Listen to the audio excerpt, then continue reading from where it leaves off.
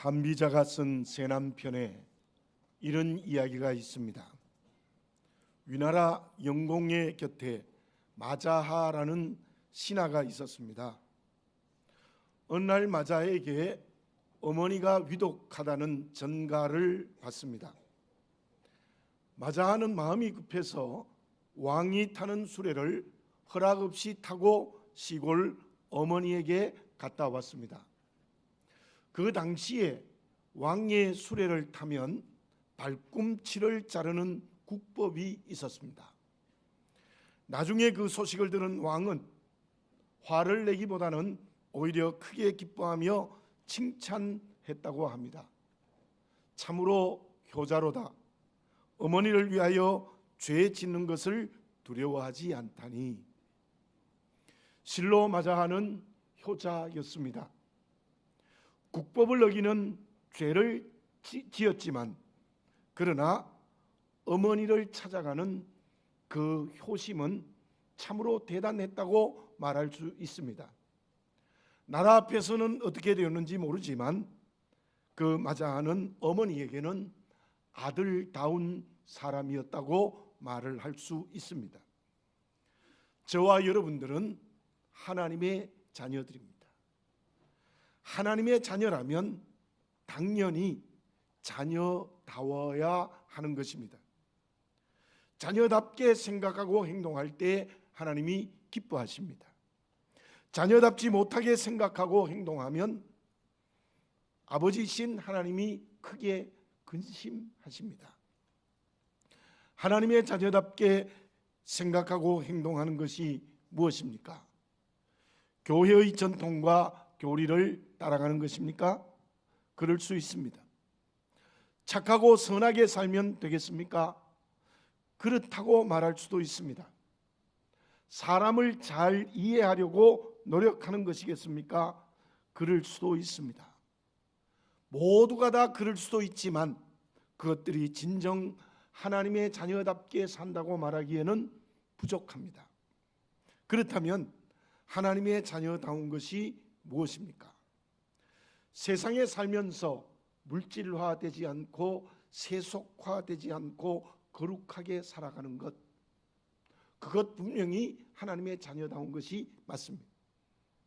불의한 국가 권력이나 힘을 가진 개인이나 단체가 믿음의 길에 박해를 가하거나 압력을 가하면 받아들일 수 없습니다. 그것 역시 자녀다운 길이 분명합니다. 그러므로 저와 여러분들이 생각해야 될 것이 있습니다. 하나님의 자녀답게 생각하고 행동하는 것은 단순하게 눈에 보이는 것만이 아니라는 것입니다. 보이지 않는 것에 하나님의 자녀답게 생각하고 행동하느냐 그렇지 않느냐를 결정하는 것이라고 말할 수 있습니다.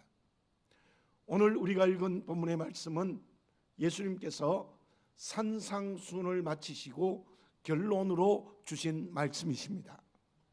24절에 이렇게 말씀하고 있습니다.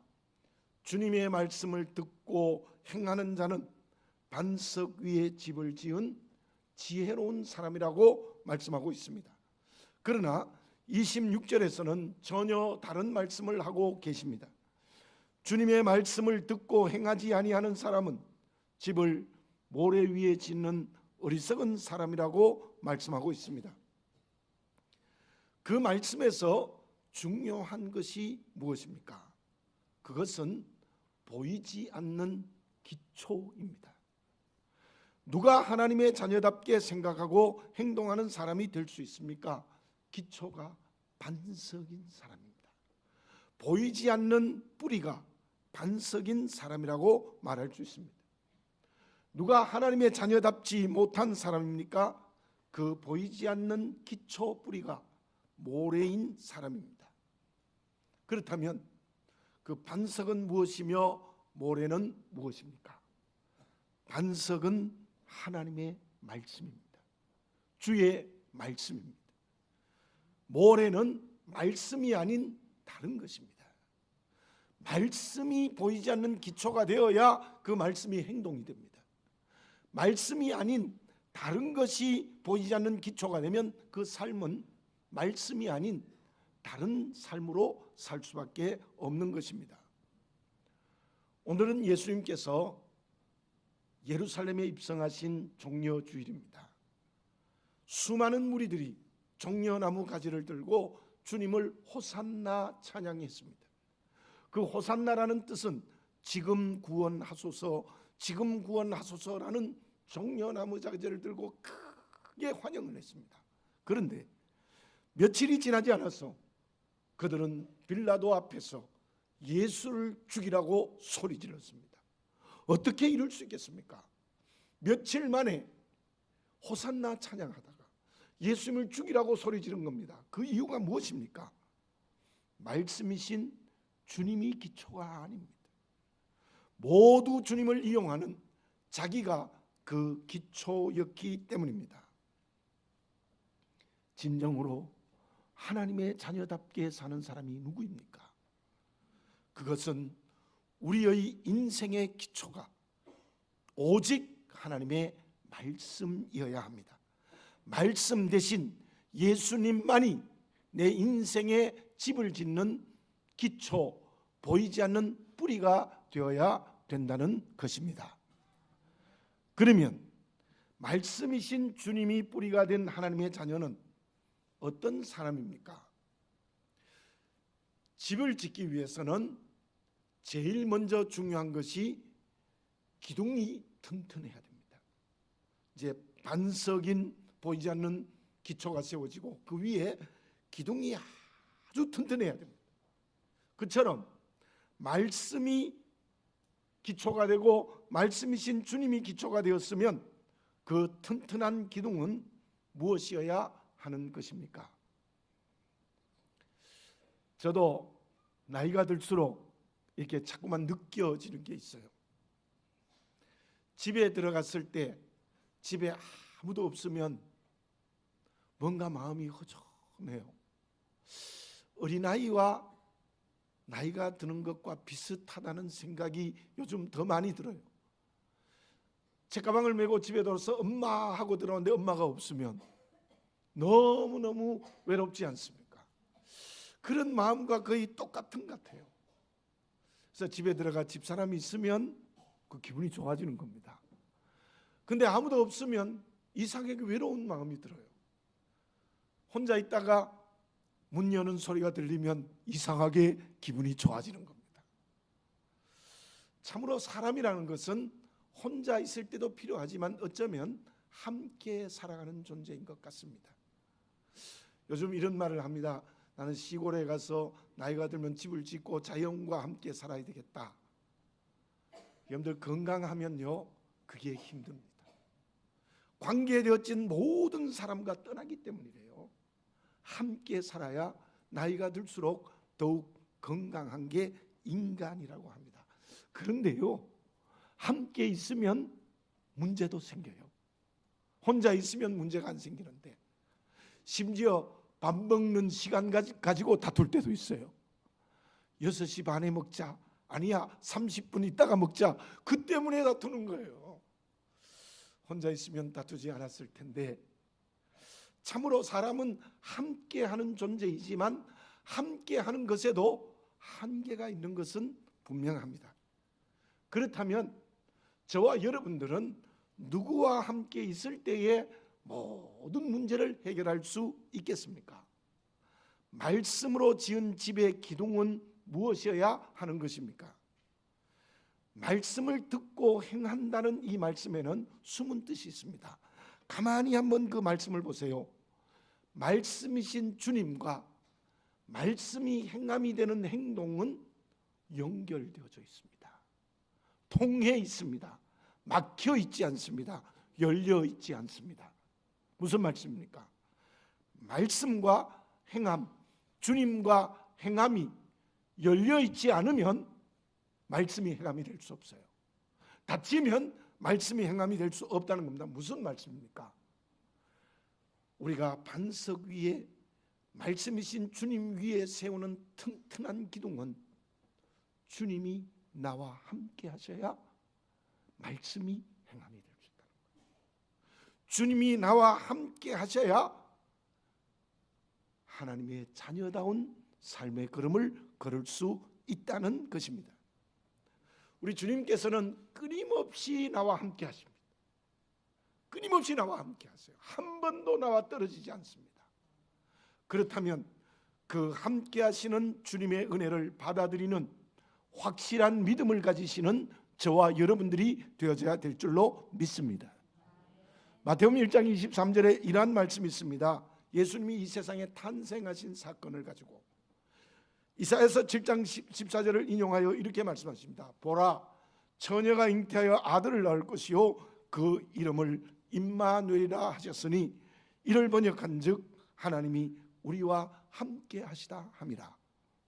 주님께서 말씀이 육신이 되는 이유는 저와 여러분들과 함께 하시기 위함입니다. 임마누엘 하시기 위해서입니다. 저와 여러분, 주님은 언제나 성령으로 지금도 앞으로도 영원히 나와 함께 하신다는 임마누엘의 신앙이 확실해지시기를 바라겠습니다. 주님이 함께 한다는 것에 아멘 할 때 자녀다워진다는 거예요. 반석 위에 튼튼한 기둥을 세운다는 거예요. 요한복음 2장에 이러한 사건이 있습니다. 갈릴리 가나의 혼인잔치집에 잔치가 벌어졌어요. 그런데 그 집에 포도주가 떨어졌습니다. 이스라엘 집에서 결혼잔치는 일주일쯤 계속되어지는데 포도주가 떨어지면 그 집은 진짜 잔치집을 망치게 돼요. 심하면 초상집이 되어져 버리고 마는 거예요. 그리고 신랑과 그 부모는 온 하객들에게 망신을 하게 되는 겁니다. 그런데 그 결혼잔치집에 예수님이 계셨습니다. 예수님께서 물로 포도주를 만들었어요. 지금까지 마셨던 것보다 더 좋은 포도주를 만들었어요. 그래서 그 잔치집이 더 흥겨운 잔치집이 되었어요. 저와 여러분, 내 인생의 집에 말씀의 기초 위에 튼튼한 기둥은 주님이 함께 하시는 것입니다. 그때 우리의 인생이 더 큰 잔치집이 될 수 있는 거예요. 그러나 그 기둥이 제대로 세워지지 않으면, 주님이 함께 하지 않으면 자녀답지 못하게 되는 것은 인생이 초상집이 되고 마는 거예요. 사람들이 전부 기둥을 세상의 가치, 자기의 것으로 삼으셔서 자기 만세를 부르다가 결국은 비참한 인생이 되는 사람이 너무 많지 않습니까? 가룟 유다가 그렇습니다. 주님의 제자로 몸은 함께 했지만 주님과 함께하지 못했어요. 주님은 제자 삼아 주셨는데 가룟 유다는 함께하지 않았어요. 언제나 자기 이상에 매여 있었습니다. 주님을 이용하여 출세하고 싶었습니다. 심지어 주님을 이용하여 돈을 벌고 싶었습니다. 그 결과가 자기 한계에 매여 주님을 팔고 그 때문에 비참하게 생명을 끊어버리는 결과가 주어지지 않았습니까? 예수님이 나와 함께 하시는 인생의 집의 기둥을 튼튼하게 세우시기를 바라겠습니다. 그 사람이 하나님의 자녀답게 사는 인생의 집을 짓는 사람이에요. 그렇다면 주님이 함께 하신다는 믿음이 있으면 자녀답게 산다고 했는데 그 자녀다운 덕목이 구체적으로 무엇입니까? 많은 덕목이 있습니다. 그러나 산상수훈의 앞뒤 문맥에서 찾을 수 있는 덕목은 이러합니다. 본문은 산상수훈의 결론이라고 앞에서 말씀드렸습니다. 6장 25절에서 34절의 중심이 되는 말씀이 무엇입니까? 32절에 이러한 말씀이 있습니다. 아버지께서 이 모든 것이 너희에게 있어야 할 줄을 아시느니라. 뭐요? 입을 것, 먹을 것, 살 집, 전부 하나님이 다 하신다. 그러므로 31절에 이렇게 말씀하십니다. 염려하여 이르기를 무엇을 먹을까, 무엇을 마실까, 무엇을 입을까 하지 말라. 그 말씀의 뜻은 무엇입니까? 주님이 나와 함께 하시면 세상의 모든 필요를 채워주신다는 거예요. 그러면 염려하지 말라는 거예요. 근데 이 말씀을 오해하면 안 됩니다. 그러면 목사님 일도 안 하고 먹고 자고 놀면 다 채워주시겠네요. 그게 아니에요. 염려하지 말라는 것은 세상의 일에 더 성실해지는데 세상의 것을 더 가지려고 또 부족하다고 염려하지 말라는 거예요. 전능하신 주님께서 함께 하시는데 염려하지 말라는 거예요. 주님이 함께 하심으로 말미암아 염려하지 않는 믿음을 가지시는 그리스도인이 되어지시기를 바라겠습니다.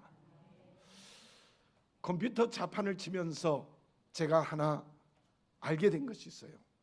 어떤 때는 우리말을 잘못 눌려서 뭐 중간을 눌리고 하면 영어로 나올 때가 있어요.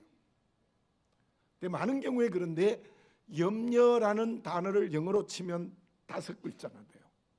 근데 우리말은 2자예요. 2자. 세종대왕이 참으로 대단한 것 같습니다.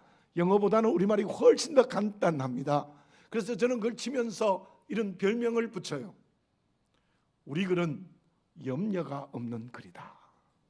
간단하니까 염려가 없는. 누가복음 10장 38절에서 42절에 보면 주님 앞에 선 마리아와 마르다에 대한 내용이 나타납니다. 주님께서 마르다에게 이렇게 말씀하십니다. 내가 많은 일로 염려하고 있다는 거예요. 그러나 마리아는 말씀에 집중했지요. 그래서 예수님은 마리아에게 좋은 편을 택했다고 칭찬하셨던 것입니다. 이사야서 32장 9절에는 이러한 말씀이 있습니다. 너희 염려 없는 딸들아 내 말에 귀를 기울이라.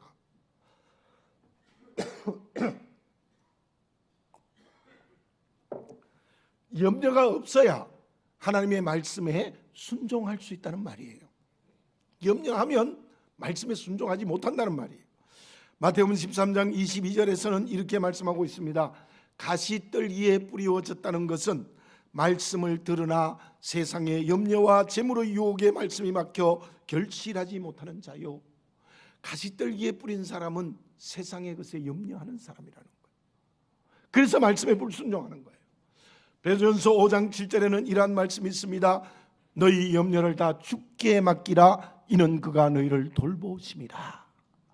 어떤 문제가 있어도 만약에 염려할 것이 있으면 주께 맡기시기를 바라겠습니다. 말씀이신 주님이 은혜로 언제나 함께 하십니다. 그 임마누엘의 믿음이 확실해져서 어떤 세상의 염려에서도 자유하시고 만약 염려할 거리가 있으면 온전히 주님께 맡기시기 바랍니다. 우리가 해야 될 것은 주님의 은혜에 감사할 따름입니다. 그 사람이 말씀이 인격과 삶이 되는 하나님의 자녀입니다. 반석 위에 세운 집이 되는 생명의 길을 걸어가는 그리스도인입니다. 그 반석 위에 세운 인생의 집의 기둥이 튼튼한 사람입니다. 그 사람이 자녀답게 사는 사람입니다. 그러면 말씀이신 주님이 함께 하셔서 염려에서 자유하는 것이 하나님의 자녀답다면 적극적으로 말하면 그것이 무엇입니까? 지난 15일, 16일에 제법 비가 많이 내렸어요. 거기다 지난 수요일에는 눈비가 섞여서 제법 또 많이 내리기도 했어요. 새벽 기도회를 나오면서 세차게 비가 내리는 것을 보면서 이 비는 봄을 재촉하는 비구나, 그런 생각을 했습니다. 이 비를 통해서 새싹이 나겠구나, 꽃이 피겠구나, 그런 생각을 했는데요, 4단지에 가면요 이미 산유화가 노랗게 피었어요. 개나리 피었습니다. 목련꽃 피었어요. 보셨습니까? 이미 다 피었어요. 비가 내리니까요 그렇게 새싹이 돋고 아름다운 꽃을 피우는 것입니다. 그러면서 어떤 사람이 쓴 시가 제가 생각이 났습니다. 사랑은 다 주는 것이다. 무언가를 조금이라도 남긴다면 그것은 사랑이 아니다. 자연이 사랑인 것은 자기가 가진 모든 것을 주고도 아무 말 하지 않기 때문이다. 이 자연이 사랑인 것은 자기가 가진 모든 것을 주고도 아무 말도 하지 않기 때문이다. 여러분들 정말 지금 새봄의 축제가 내리는 비를 통하여 또 바람과 따뜻한 온도를 통하여서 멋지게 피고 새싹을 틔우고 있지 않습니까? 자연은 사랑을 주고도 아무 말 하지 않는다는 거예요. 왜 그럴까요? 자연은 하나님이 만드셨기 때문입니다. 그러므로 진정으로 다 주면서 아무 말도 하지 않는 분이 누구이십니까? 하나님이십니다. 예수님이십니다. 오늘은 종료주일입니다. 왜 예수님께서 예루살렘에 들어가셨습니까? 저와 여러분들을 사랑하셨기 때문입니다. 왜 모진 고문으로 살을 찢기시고 피를 흘리시며 십자가에 죽으셨습니까? 저와 여러분들을 지극히 사랑하시기 때문입니다. 그 사랑으로 자녀 삼으시고 자녀된 우리에게 지금도 앞으로도 기도하시고 믿음의 길로 인도하십니다. 죄와 어그러진 길을 가도 회개케 하시는 그리스도의 영인 성령이 가르치시고 책망하십니다. 그 이유가 무엇입니까? 저와 여러분들을 사랑하지 않고는 견딜 수 없으시기 때문입니다. 주님이 함께 하신다면 임마누엘의 믿음이 있어야 되는데 그 임마누엘의 믿음이 깨달아야 될 것이 있습니다. 임마누엘의 믿음, 임마누엘의 은혜의 내용이 무엇입니까? 그것은 주님의 십자가의 사랑입니다. 죄로 죽었던 나를 살리신 주님의 십자가의 사랑이 성령으로 체험되어지시기를 바라겠습니다. 사단의 노예가 되어 영원히 주님과 원수되었던 나를 위하여 십자가에 죽으신 그 사랑을 성령으로 회복하시기를 바라겠습니다. 오늘 종료주일 예배, 이번 주간이 고난 주간인데 정말 단순한 연례 행사가 되지 마시고 주님이 나와 함께 하신 사건은 나를 죽음에서 생명으로 옮긴 영원하신 사랑을 내게 주시고 계신다는 것, 그리고는 아무 말도 하고 계시지 않는 그 사랑이 체험되어지고 그 감격이 가슴을 두드리고 그것이 나의 기쁨이 될 때 그것이 진정한 그리스도인이 될 수 있는 길임을 다시 한번 잊지 아니하는 하나님의 말씀이 되어지시기를 바라겠습니다. 오늘 종료주일 예배를 드리면서 말씀해 주신 사랑이 다시 한번 마음에 느껴지고 새겨지고, 그리고 만약 잃어버렸다면 그 감격을 회복하여 주시기를 바라겠습니다. 주님의 그 사랑이 나에게 회복되었다는 것은 무엇이겠습니까? 단순한 감정이면 되겠습니까? 눈물을 흘리면 되겠습니까? 물론 그것도 필요합니다. 그러나 더 중요한 것이 있습니다. 본문의 반석 위에 세운 집의 또 하나의 맥락이 있다는 것입니다. 5장 38절에서 48절에 이러한 내용의 말씀이 있습니다. 오른뺨을 치거든 왼편을 돌려대라. 속옷을 가지고자 하거든 겉옷을 주라. 억지로 오리를 가게 하거든 심리를 동행하라. 구하는 자에게 주라. 원수를 사랑하라. 너희를 박해하는 자를 위하여 기도하라. 이방인들에게 문안하라. 그러므로 하늘에 계신 너희 아버지께서 온전하신 같이 너희도 온전하라. 저는 이 말씀을 읽을 때마다 하나님 할 수 없습니다. 도저히 안 됩니다.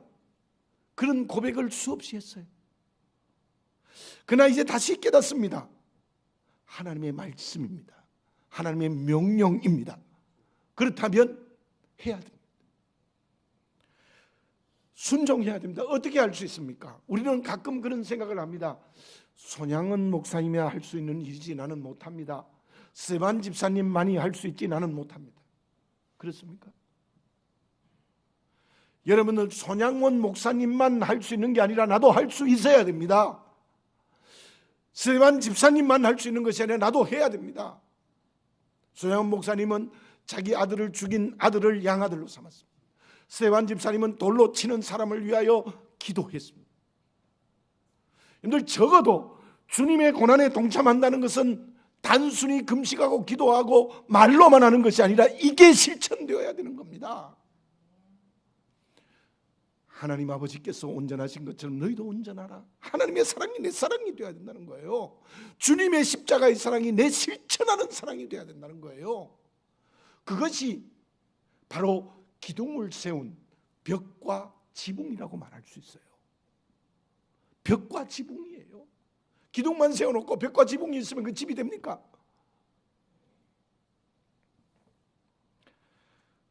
정말 내가 성령으로 십자가의 사랑이 체험되어지고 주님의 말할 수 없는 사랑의 감격과 기쁨과 눈물이 흘려지고 성령으로 견딜 수 없는 솟아오르는 기쁨의 감정이 있다면 그 사랑이 이웃에게로 흘러가야 됩니다. 에스겔서 47장의 에스겔에 본 환상이 무엇입니까? 성전에서 나온 물을 1,000척씩 4,000척을 청량하니까 그 물이 발목, 무릎, 허리, 창이란 물이 되어졌습니다. 그 물은 성령의 물임에 틀림이 없습니다. 뿐만 아니라 성령의 물이라는 것은 말씀이 충만한 물입니다. 정말 우리는 말씀이 충만해야 됩니다. 성령이 충만해야 될 줄 믿습니다. 주의 사랑이 깨닫고 느껴져야 될 줄로 믿습니다. 십자가의 사랑이 내 인격과 실존을 붙들어야 될 줄로 믿습니다. 정말 4,000척을 청량하는 주님의 사랑이 나를 붙드는 큰 은총의 말씀 충만이 있어야 될 것입니다. 그런데 그 물은 고여있지 않고 흘러갔습니다. 죽은 아라바 바다를 살립니다. 가는 곳곳마다 강이 살아나면서 고기가 번성하게 됩니다. 그 강 좌우편에는 잎이 시들지 아니하며 풍성한 열매가 달리고 열매는 먹기가 좋고 잎은 약재료가 됩니다. 무슨 말씀입니까? 정말 주의 사랑이 내 사랑이 되어 그 사랑에 감격하고 견딜 수 없이 그 사랑이 나를 붙든다면 그 충만이 이웃과 세상과 역사의 현장으로 흘러가야 된다는 거예요. 그것이 주의 고난에 동참하는 자녀다운 모습입니다. 다시 한번 말씀드립니다. 말씀인 주님의 사랑이 성령으로 경험되셨습니까? 혼자 기쁘고 좋아하면 부족합니다. 그 기쁨이 고난당하는 이웃에게로 흘러가야 합니다. 나와 다른 이웃에게로 흘러가야 합니다. 원수에게도 흘러가야 합니다. 사랑하지 못할 사람에게도 흘러가야 됩니다. 자녀들에게 흘러가야 됩니다. 형제 가족들에게 흘러가야 됩니다. 성도들에게 흘러가야 됩니다. 동네 사람 믿지 않는 사람들에게 흘러가야 됩니다. 저 베트남의 산족에게도 흘러가야 되는 것입니다. 그것이 바로 주님의 고난에 동참하는 것이고 그것이 주님이 함께 하셔서 염려로부터 자유하는 인생의 벽과 지붕이라는 집을 짓는 자녀다운 그리스도인이라고 말할 수 있는 것입니다. 저와 여러분 정말 이번 사순절이 그냥 말로만 주님의 고난에 동참한다 하지 맙시다. 이 사랑을 실천하기 위하여 기도하고 이 사랑을 실천하기 위하여 금식하고 이 사랑을 실천하기 위하여 고난 중간에 일주일의 새벽을 띄우는 역사가 일어나야 될 줄로 믿습니다. 결과는 어떠합니까? 말씀이신 주님은 전능의 능력을 가지신 하나님이십니다. 우리가 반석 위에 집을 지으면 주님의 능력이 나타납니다. 그것이 무엇입니까? 25절을 봉독합니다. 비가 내리고 창수가 나고 바람이 불어 그 집에 부딪히되 무너지지 아니하나니 이는 주추를 반석 위에 놓은 까닭이고 비가 내려도 홍수가 나도 폭풍이 쳐도 무너지지 않습니다. 점점 더 하나님이 튼튼하게 해주십니다. 얼른 어떤 환난과 핍박에도 넘어지지 않습니다. 그 누구도 사단도 해할 수 없는 인생의 집이 되는 겁니다. 그리고 그곳에는 날마다 하나님의 축복이 하늘문을 열어 허락하여 줄 줄로 믿습니다. 그뿐이겠습니까? 그러한 나의 인생의 집을 통하여 저 옆에 있는 믿지 않는 사람에게 새로운 반석 위에 인생의 집을 짓게 해주는 축복의 통로가 될 수 있을 줄로 믿습니다. 이보다 더 큰 축복이 어디 있어요? 우리 사순절 기간 주님 다음 주 부활절의 기쁨의 예배를 드리면서 우리 모두가 다 이렇게 반석 위에 집을 짓는, 그래서 주의 축복을 받는, 또 축복의 통로가 되는 그 길을 걸어가는 역사가 이번 사순절 기간 속에 이루어져야 될 줄로 믿습니다. 그러나 모래 위에 지은 집은 어떠합니까? 27절을 봉독해 드립니다. 비가 내리고 창수가 나고 바람이 불어 그 집에 부딪힘에 무너져 그 무너짐이 심하니라. 비가 내리면 무너집니다. 홍수가 나면 깨어집니다. 폭풍이 치면 없어져 버립니다. 심은 대로 거두게 되는 겁니다. 인생이 비참한 멸망으로 끝나버리는 주님의 심판의 대상이 된다는 것입니다. 사랑하는 교우 여러분들, 우리는 오늘 종료주일 예배를 드리고 있습니다. 여러분들은 지금 어떤 인생의 집을 짓고 있습니까? 기도드리겠습니다. 사랑하는 아버지 하나님, 내 인격과 삶의 기초가 오직 주님의 말씀이 되게 하옵소서. 내가 기초가 되거나 세상의 가치가 기초가 되지 않도록 은혜 베풀어 주시옵소서.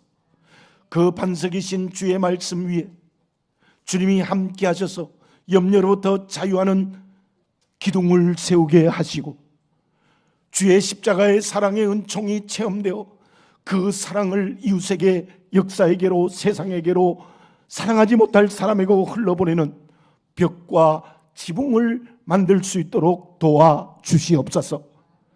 아버지 하나님, 아버지 하나님, 이 산상수훈의 말씀을 오늘 정료주를 다시 한번 생각하면서 반석 위에 튼튼한 기둥과 아름다운 벽과 지붕을 지는 내 인생의 집을 지을 수 있게 해 주시옵소서. 그리하여 축복의 통로가 되게 하시고 능력의 통로가 되게 하시고 세상을 하나님의 나라로 만들고 온 이웃들에게 복음을 증가하는 생명의 그릇 되게 하시며 저 열방의 복음 증가하는 내가 우리 교회가 될 수 있도록 은혜 베풀어 주시옵소서.